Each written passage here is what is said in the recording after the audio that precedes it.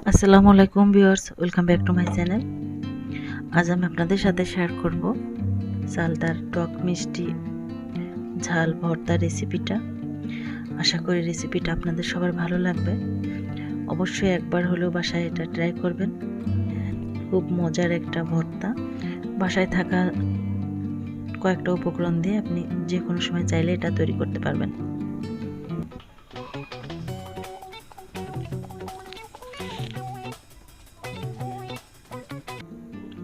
আমি এখানে একটা চালতা খুব ভালো করে পরিষ্কার করে ধুয়ে নিয়েছি। তারপর এটা কেটে দেখাবো আপনাদের। এইভাবে মাঝখান থেকে কেটে নিতে হবে। ভিতরের যে অংশটা আছে ওটা ফেলে দিতে হবে, আর বাহিরের অংশটা আমাদের নিতে হবে। তো এটা আপনি আপনার পছন্দ মতো শেপে কেটে নিতে পারেন।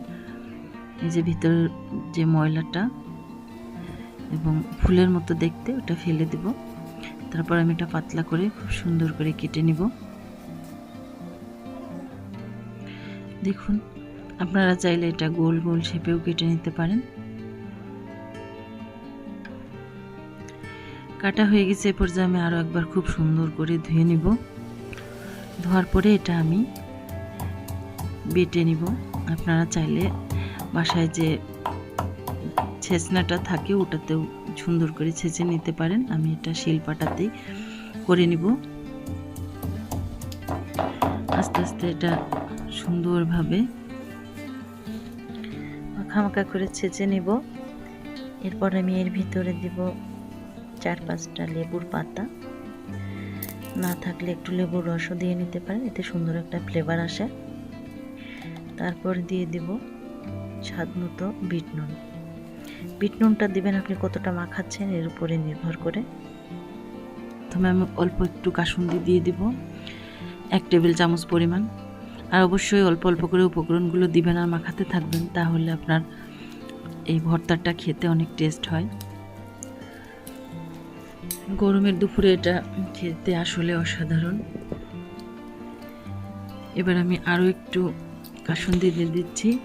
আপনি চাইলে বাসায় সরিষাটা বেটে নিতে পারেন। এ পর্যায়ে আমি দিয়ে দিচ্ছি স্বাদ মতো লবণ। যেহেতু বিট নুন দিয়েছি, লবণের পরিমাণটা অবশ্যই খেয়াল রাখতে হবে। লবণ দিয়ে আমি খুব সুন্দর করে এটা মেখে নিব।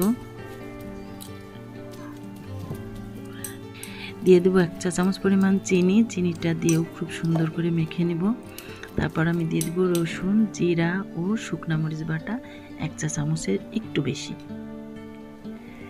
এটা দিয়েও খুব সুন্দর করে মেখে নিতে হবে। ভর্তাটা মূলত মাখানোর উপরে স্বাদ আসে।